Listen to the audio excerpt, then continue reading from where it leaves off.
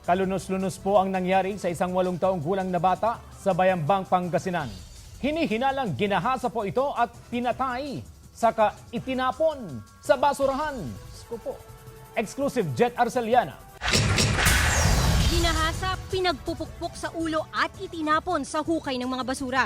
Ito ang sinapit ng 8 taong gulang na si Rina Joy Serrano sa Barangay Talbang, Bayambang, Pangasinan.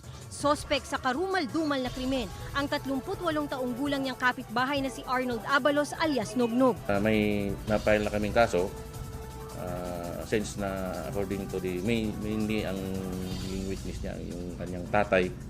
Binigyan ng 20 pesos ng sospek ang biktima. Inutusan niya itong bumili ng tinapay sa sari-sari store. At nang ibinigay ng bata ang sukle, dito na siya ginahasa ng sospek. Sa abandonadong bahay na ito, ilang metro lang ang layo sa kanilang tirahan. Sa loob ng abandonadong bahay na ito na pagmamay-ari ng kapatid ng sospek, nakita ng pulisya yung kahoy na hinihinalang pinampalo sa biktima. Habang ilang hakbang lang ang layo nito, dito naman sa may basurahan, nakita na yung mismong bangkay ng biktima. At ang nakakita nito, ang kanyang ama. Nakita rin niya yung itinuturong sospek na nakatayo sa bahaging ito. Anong itsura po ng sospek nung nakita niya? Ang itsura po, ma'am, nung paglapit ko po sa kanya, duguan na po yung short pan niya.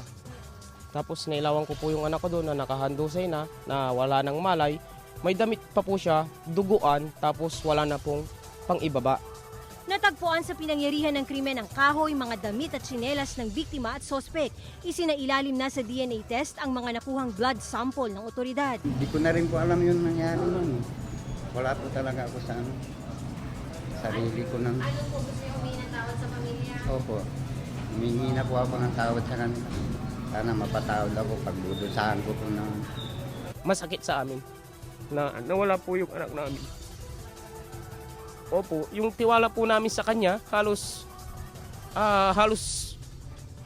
kumbaga, kahit hindi namin siya kaano-ano, tinatanggap po namin siya para bilang kuya ko. Jet Arceliana naghahatid ng Balitang Amyanan.